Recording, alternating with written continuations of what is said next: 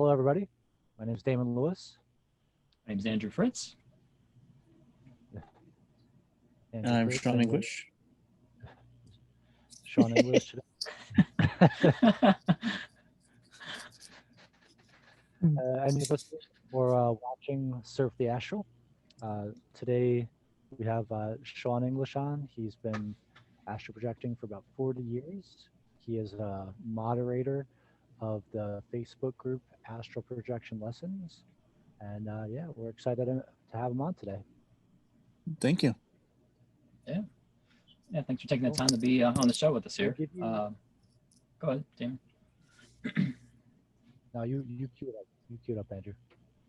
Oh, okay.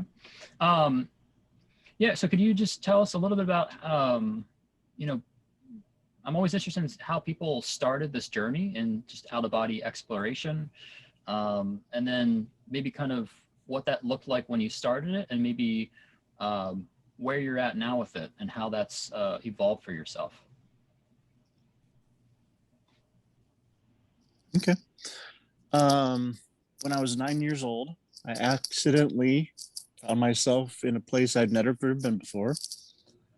It was just so real, so perfectly like I was there that I knew it wasn't a dream.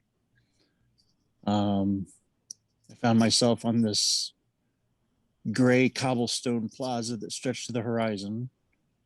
I remember kneeling down and looking at the stones and touching them and feeling the grit and dusting the grit off as I stood up. It was just so real that I was there, And it was back before internet, so I didn't know what to call this place. So I was like just scanning around, and as my thoughts were trying to jump into my head, like, okay, what do I do here? What is this?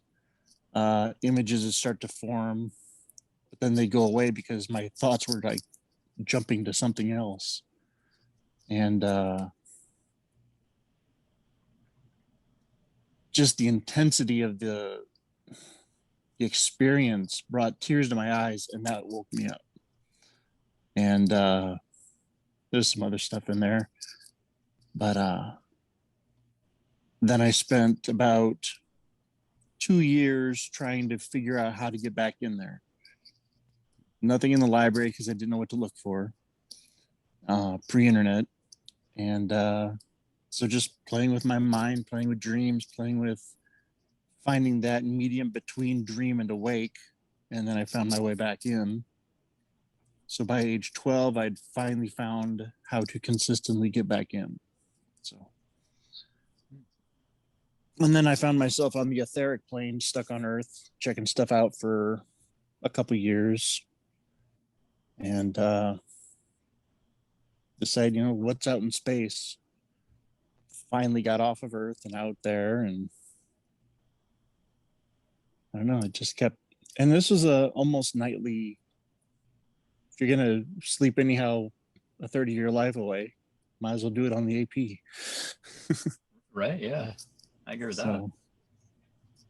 Can you talk about yeah, and that seems to be maybe common, I'm not sure, but when you get to be more comfortable with being out of the body, kind of going out more, what was it like just, going beyond Earth? Like, what was it like exploring beyond that? Can you maybe just describe that a little bit, what that was like for you? a very intense exhilaration, adrenaline like you wouldn't believe, especially to a young teenager. Mm-hmm. And roller coasters don't have anything on the experience of just launching without a vehicle. I don't know. Yeah. Colors, sounds, and they mix. So you can like taste the experience of seeing something, or I don't know. The senses just all kind of meld together into certain experiences, and just the intensity was just mind-boggling. And were these experiences as a teenager, was this spontaneous, or was this you were inducing these, or combination, or? A combination. Usually I was inducing them, but if I wanted a week off, I'd still end up going there. So, but yeah. Go ahead, Damon. When you're going into outer space, is there any did you visit like the different planets or how was there physicality to to the space, like visiting each planet, or was it more of like a different dimension, like the astral realm? What was your experience there? Well, at first it was more of the physical side of reality. Um, I wanted to go to Mars. I made it to the moons. I didn't actually get to Mars, but I visited a couple of the moons around Jupiter. And I just launched out into space trying to see what's in the center of our galaxy. And just light everywhere. And then it kind of turned and became more of the, I don't know, I don't know if you just consider it more etheric side of reality, is see beings of power or whatever. And I don't know, I'd call them gods or whatever. Um, I don't know. You see more of the energy side, the vibrations, the frequencies, and still everything's mixing in between in with your senses, and you can see along the spectrum further in both directions. So looking at a nebular cluster, you're seeing the snaps of energy, and I don't know, trying to bring back words of your experience on the astral is very difficult. Right. So when you're going off into these journeys early on, um, what was it like your first time just encountering, different types of beings? What was um, that experience like, or how did you communicate, or? uh, so when I was 9 years old and found myself in the cobblestone place, um, I thought, okay, does magic exist here? And standing before me is now a man, mid-30s, nicely dressed. Said his name was Mr. Anubis. For years, that's all I knew him as. Well-dressed, suit and tie guy. He'd point and I'd go and we'd go exploring or whatever.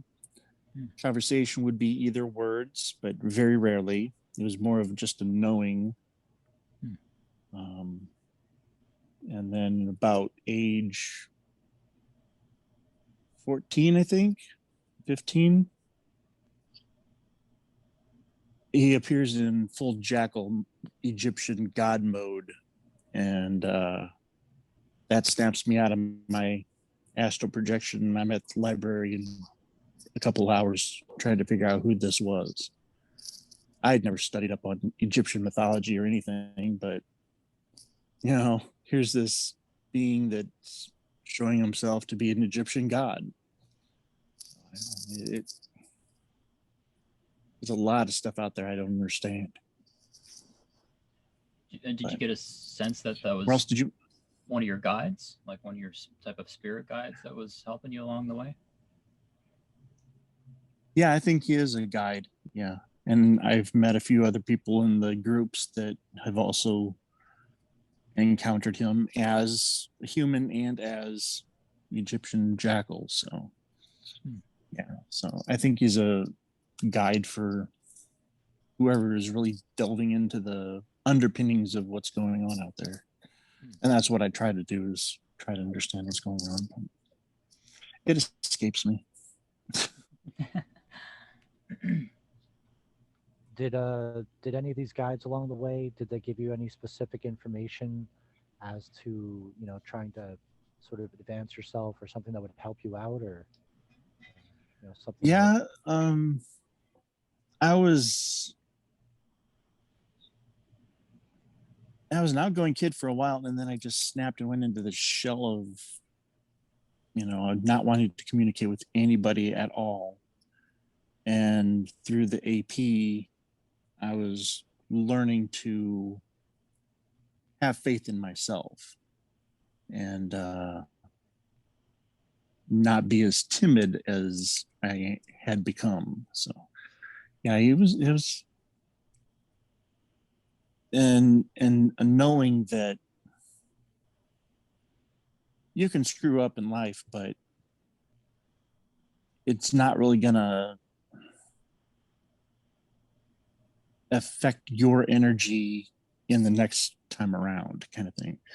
I don't know. I don't believe in the karma thing, not by what I've seen out there. So. cool. And And kind of, yeah, so I just kind of moving more towards present time. What is, maybe could you talk about what our experiences are like now, if they're different from how things started off, and maybe do you have like a certain practice or like a routine or ritual that you do, or these come very spontaneous to you? What could you talk about that? Um, the way I access the AP is I've expanded the zone between sleeping and awake, so I can get into that hypnagogic bodies in sleep paralysis, and I'm wide awake. And then twist and spin the energy body, and then recently I've been cannonballing out of my body. Just get all the energy going, then tuck it into a ball, and then drop right straight through the bed. That's pretty fun, actually. Sounds like it. And I picked that up from one of the astral projection groups. Like, that sounds like a great idea of getting out of body. That's pretty cool. Yeah. What I'm doing now, I about age 27, I kind of backed off on as many times as I was going out there. Just life got in the way, and then got married and kids, and now I'm trying to get back into hitting it every week now. I'm trying to get out there and trying to get it up faster and faster and get out there more often. But yeah, as for rituals, it's just I just get in that zone and stay awake. Don't let the mind go to sleep, kind of thing. Can you? That's I find that part fascinating because Damon, I think you just shared a video about I think from Nancy Tribolato. Is that her name? yeah. Yeah. She just shared a video today talking exactly about that. Yeah, about like falling asleep consciously, and I think it was in that video, or maybe talking about just exactly what you're saying there about like kind of this expanding that awake sleep kind of threshold. Can you talk about just your experience with being able to expand that? That seems that's something I'm personally working on, and I think it'd be pretty tricky.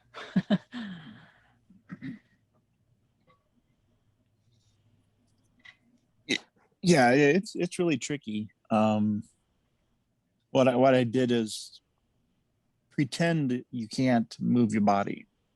Pretend it so well that you actually hypnotize yourself into not being able to move your body. Then your body understands what you're trying to do and will slip into sleep paralysis very easily, actually. So think about moving your finger, but don't move your finger. Struggle like crazy to move that finger, but don't move that finger. and you just keep going to the next, your wrist, your arm, your chest, you know, all the way through until you're just trying to move every single thing in your body. So you're vibrating, trying to move stuff, but you're absolutely perfectly still. And that's the energy body vibrating, trying to get rid of the physical shell. And just kind of feel it pulsing and surging and twisting and tuck it into a ball and drop to the bed. And I find the actually getting out is simpler than getting into the sleep paralysis. It still takes 10, 20 minutes. So. Yeah, the part of what you're saying about sort of like pretending, to Mm-hmm. me, that sort of makes sense in a physical way between like your sympathetic and your parasympathetic nerve system, where uh, your brain is interpreting things. It's sending out signals and receiving signals. So if you're sending a signal back to your brain that like, oh, we're paralyzed, it's going to send a signal back out to your body that says, oh, we're paralyzed, because it's just like bouncing signals back and forth, sending and receiving, just like a pain signal. You can block Mm-hmm. out pain by telling your body like, no, we're not in pain, like just by blocking that pain out. So then the communication goes back up and the brain says, okay, we're not in pain anymore, like between the two nerve systems. Very cool. Very cool. I hadn't heard it described that way. That's cool. Yeah, well, sometimes for me it helps to try to. Andrew and I were just talking about this like grounding stuff and like in where things fit into like the grounded realistic terms, and obviously using your imagination really works for a lot of these techniques and people trying, uh, but also to put some sort of physicality into it to let for me it helps to know what's happening with my body, to know why it's happening and how you can kind of shrink your body, so to speak. Right. Very cool. Yeah, I try to see everything out there as well, even if you come across an entity, all it is, it's energy, frequency, and mind, experiencing its reality independent of yours. Uh, so I don't know. I've met other human astral projectors out there on the astral plane, verified it, you know. Um, but you see their energy signatures. I don't know how to explain that any better than that. And you can recognize them anytime. Um, I was over in Peoria and walked past this girl and I was like, whoa, wait, she's sending off the right energy. I know this person. And I said, this is going to sound crazy, but do you astral project? She's yes. And she goes, I had a vibe as soon as you walked by me that I would know you. And it just totally random, totally out of the blue, but there's just a vibe. Mm-hmm. That's really cool. um, and I guess like in that type of situation, when you encounter, say, another person um, that has a body and is projected, and you've encountered them in some way, how do you view them? Like, do you see their astral body? What is that? How do you perceive them when you're from your perspective out of the body?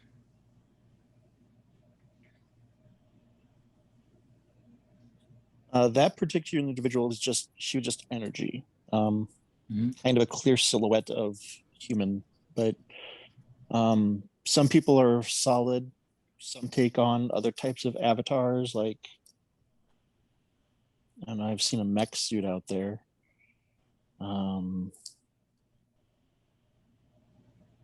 when I was a child, I kind of felt I was childish on the AP. So moving amongst all these adultish people, I created a 20 something in a dark blue robe. And that's what I've been ever since. Here about 2 months ago, a lady in one of the astral projection groups texted and said, I saw one of your drawings of your experience, and she said, I recognize you from out there. And she said, thanks for the shield. I was like, oh, okay.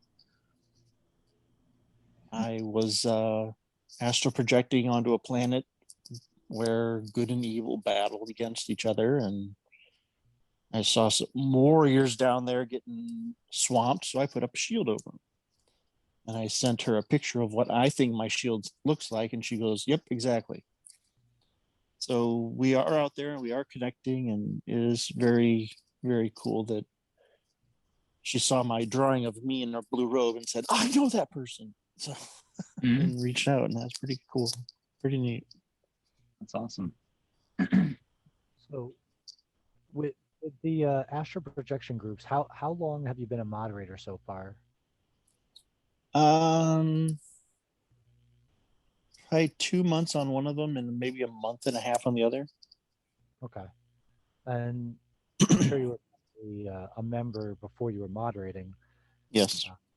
So one of my questions would be, do you have a sense of like some of the most popular questions? I think people watching this would be happy to like have that chance of, asking you specific questions. What are some of the more common questions, maybe two, three, or even five of the most common questions you get on the message boards or you're answering? And maybe you can kind of relay the answers. Okay. Let's see. Probably the biggest one is, how do I come back to my body? Like, your alarm clock goes off in the morning, you're going to roll over and shut it off. You'll wake up inside your body. It's that, I mean, it's that instantaneous. Or just think of your physical body and you're back in it. It's actually harder to stay out on the astral plane than it is to get slammed back into your body. Another question is it good or evil to do astral projection? I think I don't know, it's neutral. You can do both out there, but I think there's enough of a sense of, depending on where you're at on the astral projection, astral realm, that it is a positive vibe. So doing good is better. Yeah, you could probably do bad things out there, but it's like that takes you to a side of the astral that you really don't want to be in anyhow. Yeah. And I've been to the dark side of the astral realm, and it's not fun at all. And claw your way back out and start discovering beauty, and yeah, it's a tough place to navigate, especially if you have fears or doubt. That pulls you into the wrong side. So having faith in yourself and your abilities, just a hunger for exploration, that's got to keep you out of the dark side. What's another question? I think a big one is people ask, can you be possessed? Right. Oh. Yeah. If you're going to be possessed, you're going to be possessed whether you go on the astral plane or not. I think it's more of a mental thing that you're, and I'm not even sure what possession would be. I don't know. That's a hard one. So I think that there's a common misconception that like your soul leaves your body. right. No, your soul's yours forever, and it's your awake consciousness that's exiting, experiencing everything. But your soul is your soul, and it stays in your body Yeah, until you die. Yeah.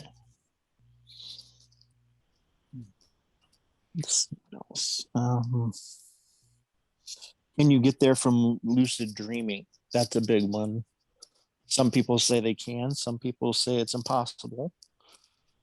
I have tried for 40 years to find a way out of lucid dreaming into the AP. That'd be so much easier because I can induce a lucid dream, no problem. But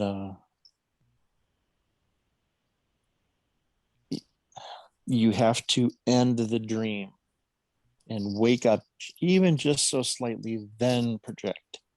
And if you read the people's blogs that say, no, I went from the lucid dream straight into AP. Well, no, they say they ended the dream, which means you came out of REM just enough to be awake and aware, then you astral project.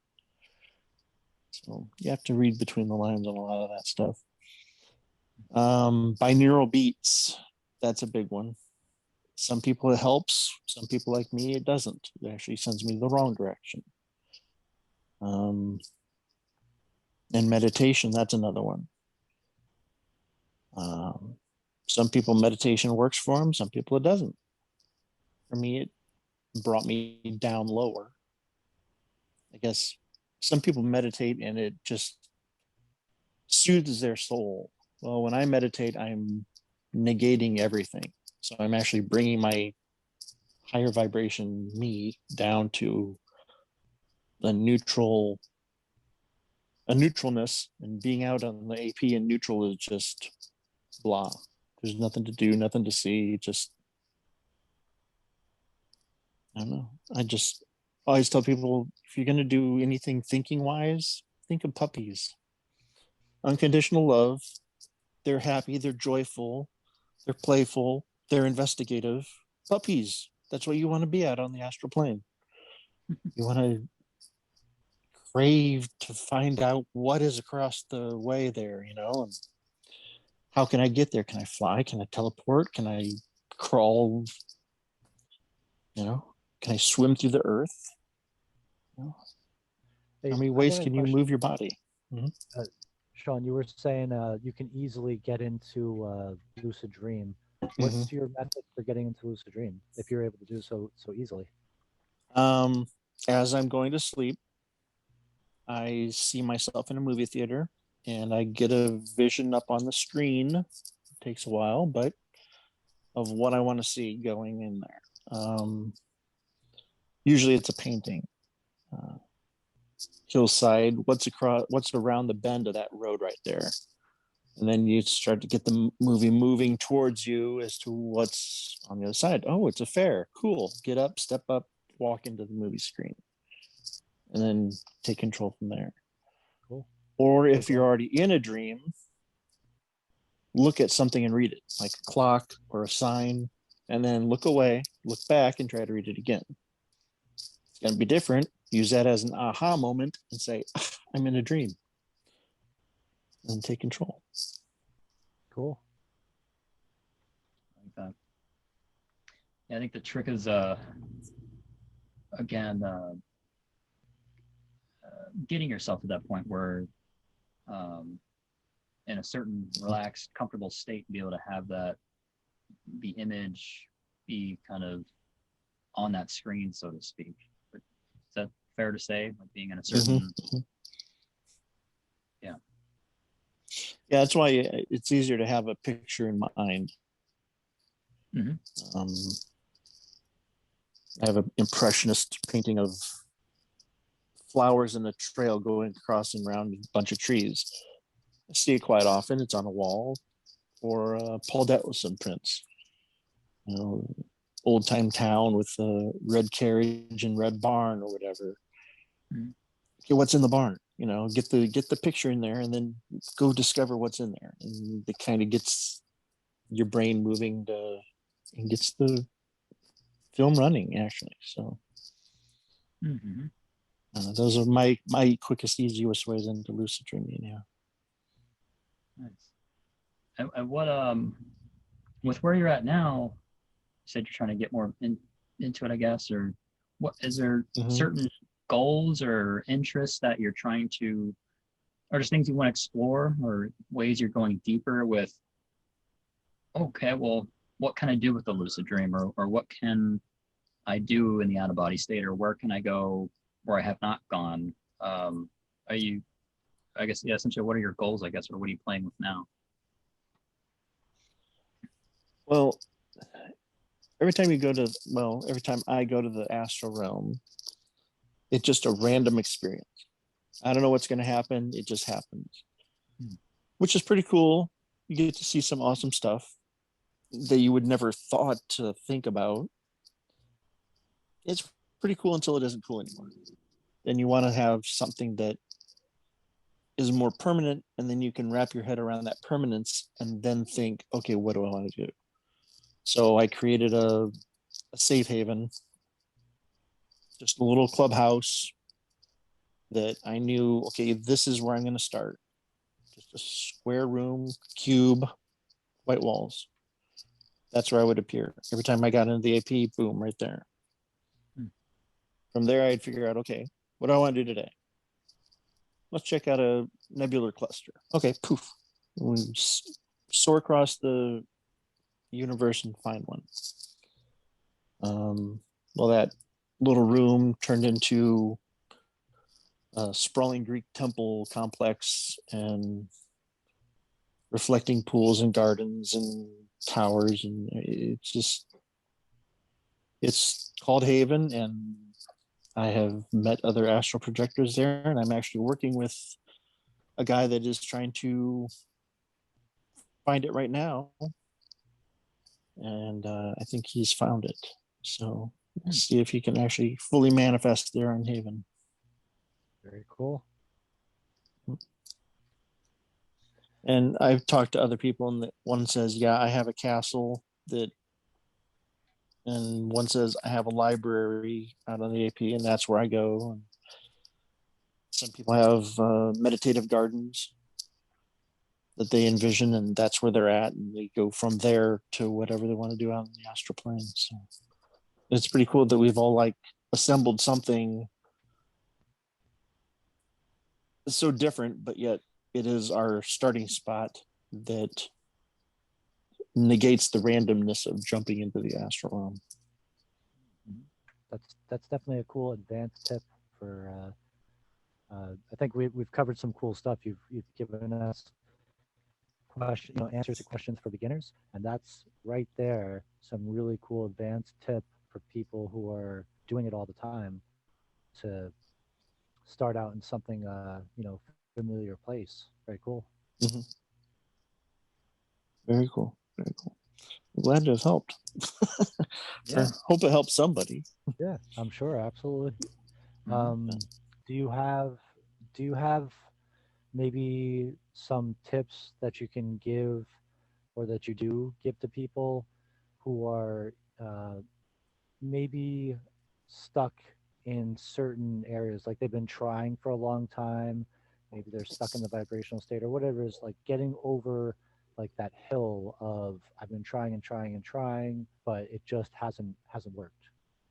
Yeah, I tell people, stick with something for a little bit longer than you think you should. You just want to give up, stick with it for a little bit longer. If it doesn't work, find something else. There are so many different techniques to get out there. And stay away from dogma. There's so many misconceptions or theories, and a lot of religions do astral projecting of one type or another. So that brings in all kinds of stuff. Meditation, chakras. If they work for you, great. If it isn't working, find a different path. There are multiple paths to get out there.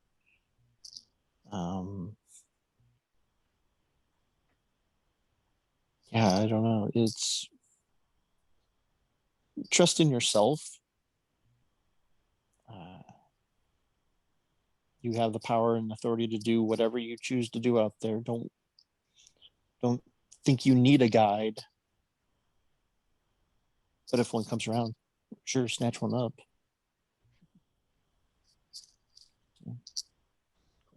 Cool. Andrew, you got anything else? Any other questions or? No, I mean I think that's a good. We always usually wrap up our, with like an ending tip, and I think that was I've kind of left actually multiple tips here, so I think that's a great ending point. So, Cool. One last question for me is if for people who are going to what are the two groups that you moderate? You moderate astral projection lessons, and what's the other group? Astral projection techniques. Okay. For each group, can you tell people who the other moderators are, just so like if they're new to the group and they want to try to reach out to a moderator that maybe because one of the things that I find even like uh, it, when you go to these groups, if you ask a question, you're going to get answers from tons of people, and maybe they won't specifically want to ask somebody like yourself who's has definitely got 40 years worth of experience, who definitely knows what they're talking about. Who are the other moderators for each group, if you don't mind pointing them out? Yeah, with AP lessons, Tommy is the top guy on that one. He started it and he's very knowledgeable. Tommy Hickey. Okay. Yeah, Tommy Hickey. With AP techniques, Simon's very knowledgeable on a lot of it, everything. And Barklaw, I think. Okay. And Jesse, JSE. And I'm not sure on the last name on that one. Carlos, and maybe? Astral Projection Lessons is, I think there's a couple other moderators. Do you Yeah, remember? there's a couple other ones. No, I don't. Okay. Tommy's the one I normally chit chat with. I know Simon was in there for a while, but I'm not sure he is now. So I think he did make a post and announce who the moderators were. yeah, There is a search function in Facebook. If you searched moderator, Astral Projection right. Lessons, you find that post. So yeah, just click up on the banner there, and it should say all members, and then it should separate out the admins from everybody else. Cool. And we go through and we make sure, people that are scamming, trying to get you to send them money and stuff, we get rid of those pretty quick. So great. So you have any last tips, or you think we covered some good area? I think we did. We covered some good stuff. I think we covered a lot. So yeah. Cool. And don't be afraid to ask people or the moderators, can you help? This is where I'm at. I'm stuck. Yeah. We'll help you out. Awesome. And it's fun. I'm talking with people all around the world. South Africa, Nigeria, Egypt, Japan, Mexico, Canada, everywhere. So it's a global phenomenon and people are coming on board really fast.